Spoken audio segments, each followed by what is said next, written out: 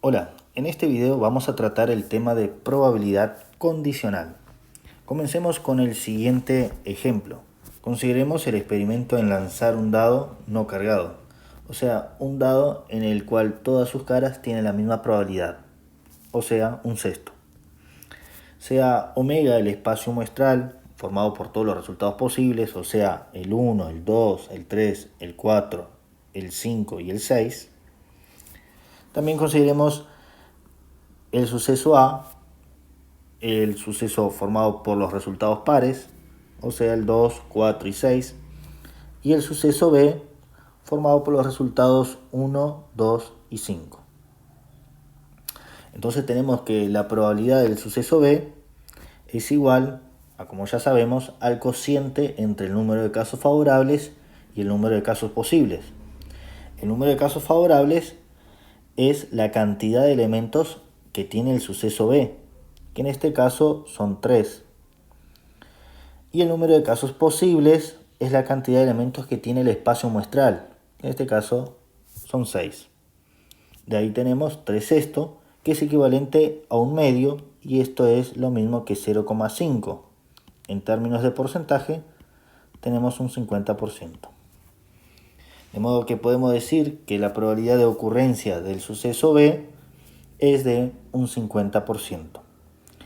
Esta es la probabilidad de B a priori, o sea, es una estimación de la ocurrencia de B sin tener ninguna información extra acerca del experimento, sin ni siquiera haberlo realizado.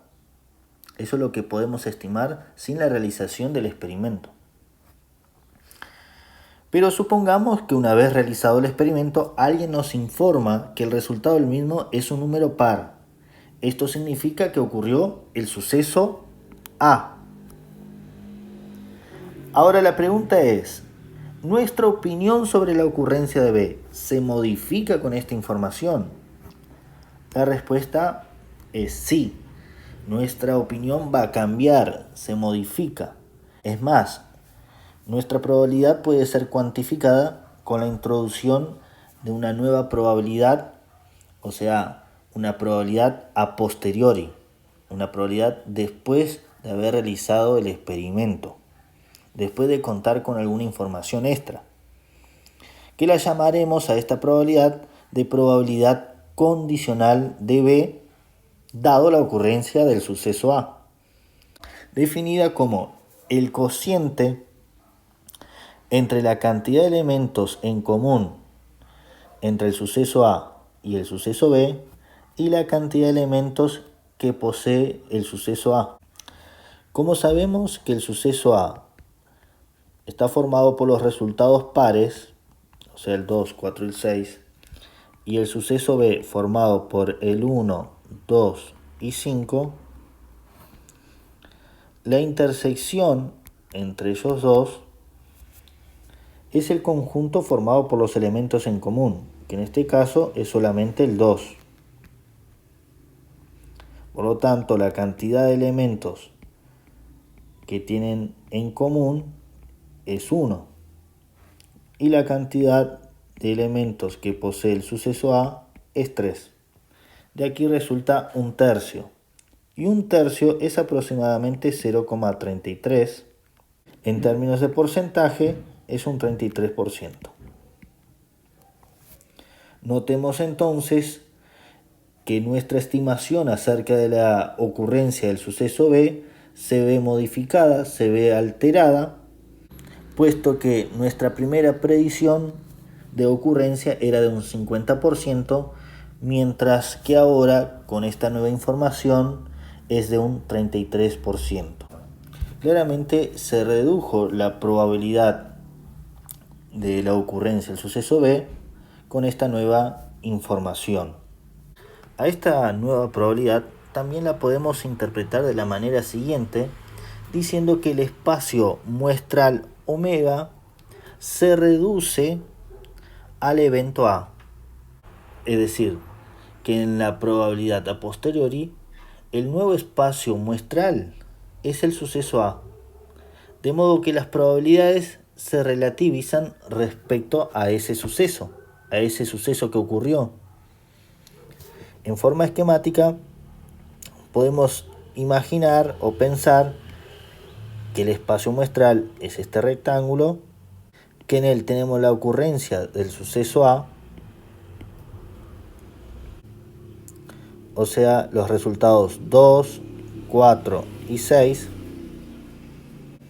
perdiendo relevancia los demás resultados de este experimento aleatorio, o sea, el 1, el 5 y el 3. Por lo tanto, nuestro interés en el suceso B se ve relativizado o concentrado solamente en la región en común, o sea, en la intersección de B con A. De este modo, el estudio de la ocurrencia del suceso B se restringe o se relativiza respecto al suceso A, que pasaría a ser nuestro nuevo espacio muestral. Dicho todo esto, pasamos ahora a su definición formal. Dado dos sucesos A y B, la probabilidad condicional de B, dado la ocurrencia del suceso A, es el cociente entre la probabilidad de la intersección del suceso A con el suceso B y la probabilidad, aquí sería que hay un error, y la probabilidad del suceso A. A este cociente lo representamos a través de esta notación. Por lo tanto, la probabilidad condicional queda formulada de la siguiente manera. Observaciones. La primera observación nos dice que la probabilidad del suceso A tiene que ser distinto de 0, o sea, tiene que ser positivo, puesto que ese número se encuentra en el denominador del cociente de la definición de probabilidad condicional.